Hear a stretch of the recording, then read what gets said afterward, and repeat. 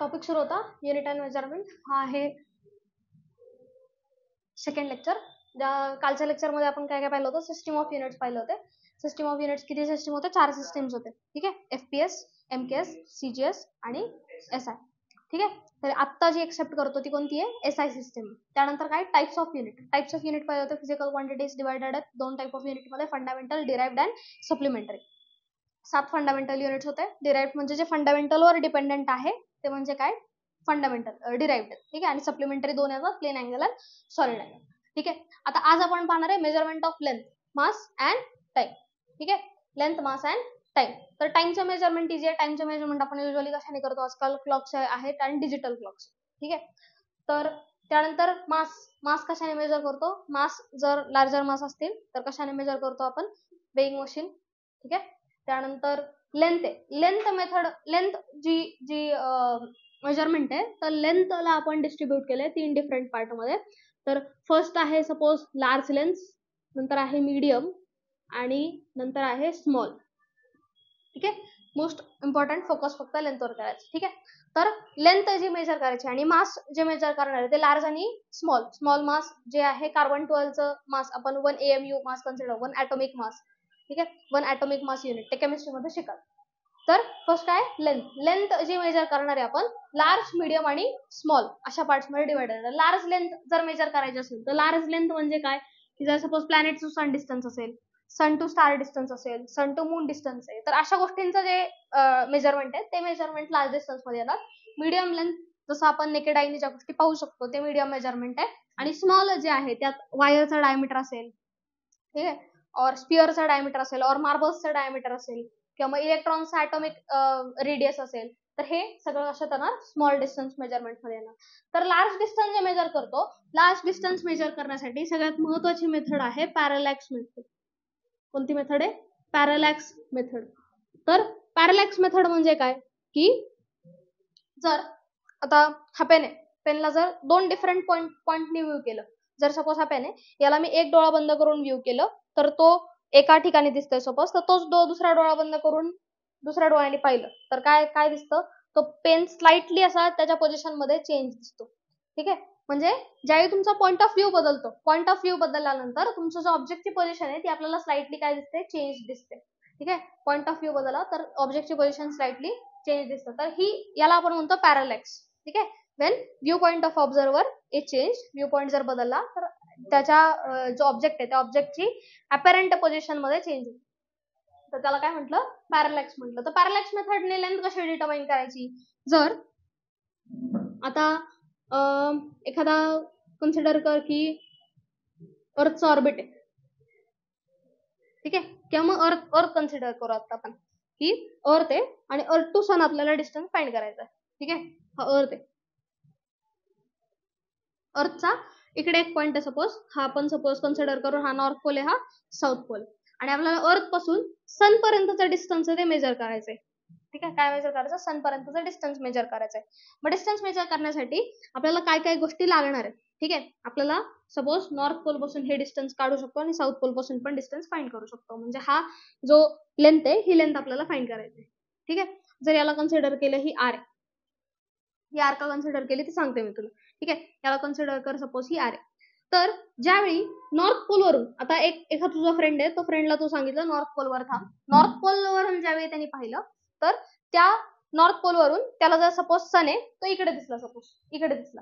ठीक आहे, तर साऊथ पोलवरून तुला कुठे दिसेल, या डिरेक्शनला दिसणार. बरोबर, म्हणजे दोघांचाही पॉईंट ऑफ व्ह्यू बदलल्यामुळे सन ज्या पोझिशनला आहे ती पोझिशन बदललेली आहे. सनची पोझिशन आपल्याला असं वाटलं की बदलली आहे सननी, बट सन कोणत्या पॉईंटला आहे, त्याच पॉईंटला, एक्झॅक्ट त्याच पॉईंटला आहे. ठीक आहे, सेम टाइमला ऑब्झर्व करायचा. ठीक आहे, सेम टाइमला सपोज आपण ऑब्झर्व केलं तर आता आपल्याला काय फाइंड करायचं, हे आर फाइंड करायचंय. याला जर पाहिलं तर हा जो अर्थ आहे, अर्थ सनभोवती कसा रोटेट करतो, सर्क्युलर ऑर्बिट मध्ये रोटेट करतो. बरोबर, कसा रोटेट करतो, सर्क्युलर. खरं तर ते इलिप्टिकल आहे, बट कन्सिडर कर की आता ते सर्क्युलर आहे, कारण डिस्टन्स खूप लार्ज आहे. काही किलोमीटर, 1-2 किलोमीटरचा फरक इकडे तिकडे चालणार आहे. डिस्टन्स खूप लार्ज असल्यामुळं आपण कन्सिडर करू की तो जो ऑर्बिट आहे तो ऑर्बिट आता कसा आहे, सर्क्युलर आहे. ठीक आहे, तर सर्क्युलर ऑर्बिट मध्ये ज्यावेळी फिरतोय तर इथं मध्ये काहीतरी अँगल ट्रेस झाला. बरोबर, नॉर्थ पोल आणि साऊथ पोल यांनी एका अँगलला, तर तू इकडून पाहतो, तुझा फ्रेंड इकडून पाहतोय, म्हणजे सनवर काहीतरी अँगल हे झालं ना, एका अँगलने तुम्ही दोघं पाहताय, म्हणजे इथे एक अँगल आला. ठीक आहे. जर हे डिस्टन्स, याला जर हा सर्क्युलर पार्ट कन्सिडर केला, तर ही आर्क लेंथ कन्सिडर करू शकतो काय? करू शकतो, बरोबर. अर्थचं जे डायमीटर आहे, अर्थचं डायमीटर आपल्याला माहिती आहे, अर्थची जी रेडियस आहे ती आहे 6400 किलोमीटर. ठीक आहे. अर्थची जी रेडियस आहे ती काय? 6400 किलोमीटर. डायमीटर काय होईल? 2 टाइम्स ऑफ रेडियस होईल. म्हणजे हे जी आर्क लेंथ आहे, आपल्याला माहित असू शकते, बरोबर, का? कारण ते काय डायमीटर आहे ना. आर्क लेंथ आपल्याला समजेल. ठीक आहे. आर्क लेंथ माहितीये. जर सपोज अँगल कळाला, तर प्लेन अँगलच्या फॉर्म्युलानुसार एस इज इक्वल टू काय? R theta. तुम्हाला आर फाइंड करायचा आहे, so R is equal to काय येईल? एस बाय थिटा येईल. म्हणजे जर आर फाइंड करायचा आहे, तर तुम्हाला एस आणि थिटा लागणार आहे. एस तर मिळाला आपल्याला. ठीक आहे. आता काय फाइंड करायचं आहे? थिटा. थिटा फाइंड करण्यासाठी जर आता तू इथून ऑब्झर्व करतोय, तुला इथे सन दिसतोय. ठीक आहे. पण तेच जर तू समोर पाहिलं, तर एक अँगल ट्रेस केला, तर तो जो अँगल आहे, तो अँगल आपल्याला इथे बसला फाइंड करू शकतो ना.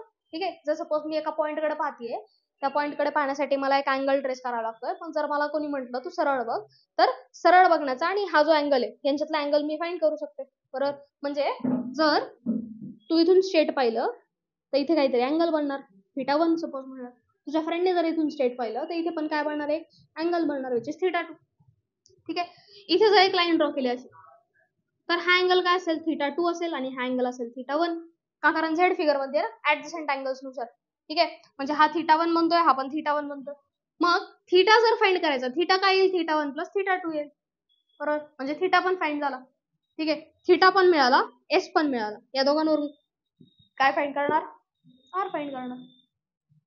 समजलंय का? आर म्हणजे काय? Distance from sun to earth. अर्थ पासून सन पर्यंत अप्रॉक्सिमेट काही ना काहीतरी डिस्टन्स आपल्याला या मेथड थ्रू येऊ शकतं, आणि हीच मेथड म्हणजे काय? Parallax method. मग आता मीडियम डिस्टन्स मेजर करायचं, तर मीडियम डिस्टन्स मेजर करण्यासाठी काय यूज करू शकतो? स्केल यूज करू शकतो, टेप यूज करू शकतो, लेझर सिस्टीम यूज करता येईल. ठीक आहे. अशा वेगवेगळ्या गोष्टी यूज करू शकतो मीडियम मेजरमेंटसाठी, ज्या की आपण डे टू डे लाईफ मध्ये करतो सुद्धा. स्मॉल डिस्टन्स जर मेजर करायचं, तर स्मॉल डिस्टन्स मेजर करण्यासाठी 2 इन्स्ट्रुमेंट महत्वाचे आहेत, जे की एक्सपेरिमेंट मध्ये पण आहेत. तुला ज्यावेळी फर्स्ट एक्सपेरिमेंट होईल, त्यावेळी हे एक्सपेरिमेंट असतील. वर्नियर कॅलिपर आणि एक असतो screw gauge. Vernier calliper and screw gauge. तर वर्नियर कॅलिपर आणि स्क्रू गेजचा उपयोग काय? तर स्मॉलर डिस्टन्स जे मेजर करता येते. सपोज तुला वायरची लेंथ मेजर करायची, वायरचे डायमीटर मेजर करायचे. ठीक आहे. वायरचे डायमीटर मेजर करण्यासाठी आपण स्क्रू गेजचा वापर करतो. वर्नियर कॅलिपर 3 गोष्टींसाठी वापरला जातो. ज्या सपोज हा एक सिलेंडर आहे सपोज. ठीक आहे. तर ह्या सिलेंडरचा इनर रेडियस, आतला रेडियस वेगळा असेल, आउटर रेडियस वेगळा असेल, काही ना काहीतरी पॉईंट मधला डिफरन्स. ठीक आहे. तर वर्नियर कॅलिपरचे मेजरमेंट करू शकतो ना. वर्नियर कॅलिपर 0.01 सेंटीमीटर पर्यंत मेजर करू शकतो. आपली जर स्केल पाहिली, तर स्केल ही 0.1 सेंटीमीटर पर्यंत तिचा लिस्ट काउंट आहे. लिस्ट काउंट म्हणजे काय? स्मॉलेस्ट किती काउंट करू शकतो. ठीक आहे. लिस्ट काउंट कितीचा आहे? 0.0 सेंटीमीटरचा आहे. पण वर्नियर कॅलिपर जर घेतला, तर त्याचा काय? 0.01 सेंटीमीटर इतकं काउंट करू शकतो. तेच जर स्क्रू गेज घेतला, तर स्क्रू गेज 0.001 इतका लिस्ट काउंटनी कॅल्क्युलेट करता येतो. लिस्ट काउंट म्हणजे कमीत कमी एवढा काउंट करू शकतो. मग vernier calliper inner diameter find करायचं, आउटर डायमीटर फाइंड करायचं, किंवा डेप्थ फाइंड करायची. याला काहीतरी डेप्थ असेल ना. ठीक आहे. डेप्थ फाइंड करण्यासाठी वर्नियर कॅलिपरचा वापर केला जातो. स्क्रू गेज ही कशासाठी?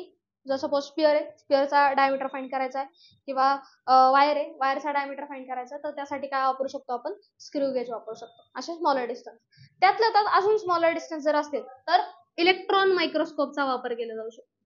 काय? इलेक्ट्रॉन मायक्रोस्कोप, और टनलिंग इलेक्ट्रॉन मायक्रोस्कोप, और scanning electron microscope. But electron microscope वापरू शकतो, की ज्याच्यात काय केलं जातं? इलेक्ट्रॉन्स एका सबस्टन्सवर बंबार्ड केले जातात, आणि त्या बंबार्डमेंट वरून आपण वेगवेगळे कॅल्क्युलेशन्स करून आपण इलेक्ट्रॉन मायक्रोस्कोपनी एखाद्या thin film, suppose thin film म्हणजे काय असतात, की काही नॅनोमीटर्सची एखादी थिन फिल्म बनवली आपण, खूप छोटी छोटी नॅनोमीटर्सची असेल सपोज ती, म्हणजे एक जर सरफेस आहे, या सरफेसवर 1 नॅनोमीटरची किंवा 100 नॅनोमीटरची एक फिल्म आपण बनवलेली. त्या फिल्मचा डायमीटर सुद्धा हा इलेक्ट्रॉन मायक्रोस्कोप मेजर करू शकतो. नॅनोमीटर म्हणजे नॅनोची स्केल म्हणजे असते 10⁻⁹ ची स्केल. तर या -9 डिस्टन्स पर्यंत इलेक्ट्रॉन मायक्रोस्कोप मेजर करू शकतो.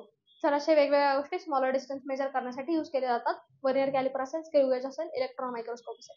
लार्ज डिस्टन्स मेजर करण्यासाठी पॅरालॅक्स मेथड वापरायची. Medium distance day to day life मध्ये वापरतो आणि स्मॉल डिस्टन्स मेजर करण्यासाठी वर्नियर कॅलिपर, स्क्रू गेज आणि इलेक्ट्रॉन मायक्रोस्कोपचा वापर केला जातो. मास आणि टाइम.